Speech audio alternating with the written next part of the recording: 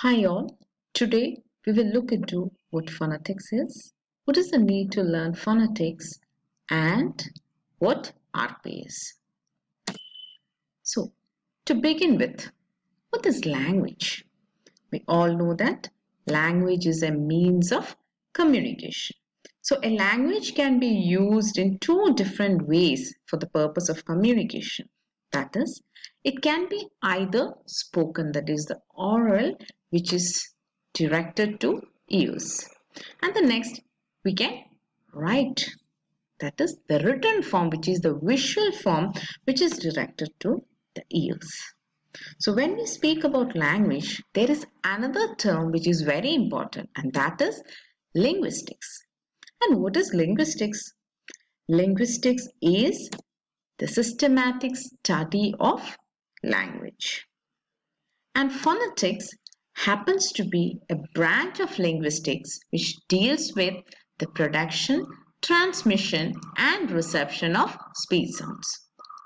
Now, corresponding to the production, transmission, and reception of speech sounds, you can classify phonetics into three. That is, articulatory phonetic, acoustic phonetics, and auditory phonetics. Now, articulatory phonetics, it deals with the actual production of speech sounds with the help of the various organs of speech. Whereas acoustic phonetics, it deals with the transmission of speech sounds in the form of waves which travel through air. And auditory phonetics, it deals with the reception of speech sounds by the listener. So these are the three different branches or forms of phonetics. Now, for our study, the main part is the articulatory one, which we will learn in the later classes. So, what phonetics is the production, transmission, and reception of speech sounds. And articulatory phonetics, it deals with actual production of speech sounds with the help of the speech organs, whereas the acoustic phonetics, it deals with the transmission of speech sounds, and the auditory phonetics, it deals with the reception of speech sounds. So while learning phonetics, there is a very important figure about whom we have to understand. He is none other than Daniel Johns. Now he is the man behind the English Pronouncing Dictionary, and he has done a lot of research and has brought out cardinal vowels. And he defines phonetics as the science which helps us to classify speech sounds according to a universal standard. Now, why should we learn phonetics? We have to learn phonetics because it is very unphonetic in nature. Now, what is this unphonetic? We have two terms, that is phonetic and unphonetic. For example, just take Malayalam. So, when you write Malayalam, you write it exactly in the way the sounds are pronounced. Whereas you can't do this in English. Take for example the word Garage. Easily you'll try to read it as garage, but it's not. It's garage.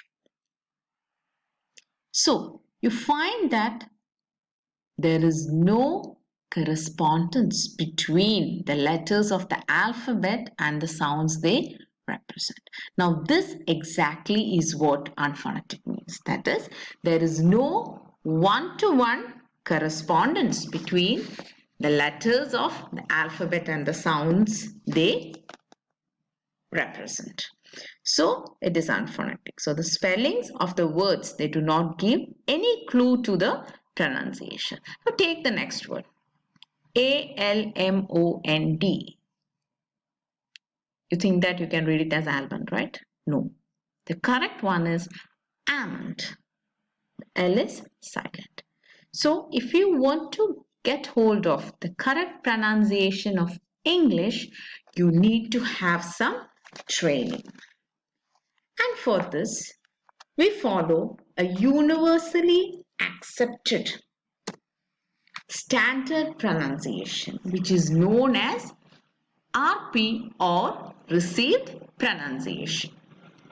Now see, just a minute, just look at the spellings of the word pronounce and pronunciation. See, when you write pronounce, it is Pronounce, whereas when it becomes pronunciation, the O is dropped. Pronunciation. Just keep it in mind because many of the times I found people jumbling up with this spellings. So, RP is a name which was given to the regionally neutral accent in British English. Now, historically, which was derived from the prestige speech of the court and the public schools. Now, this term indicates that its prestige is not on the prestige is the result of social factors and not on linguistic ones. Now, RP is in no sense linguistically superior or inferior to other accents. So, all accents enjoy the same prestigious position, but the only thing is that this particular accent was used by or was associated with the better educated parts of society and is one of the most often cited as a norm for the description of British English when you try to teach that dialect to foreigners.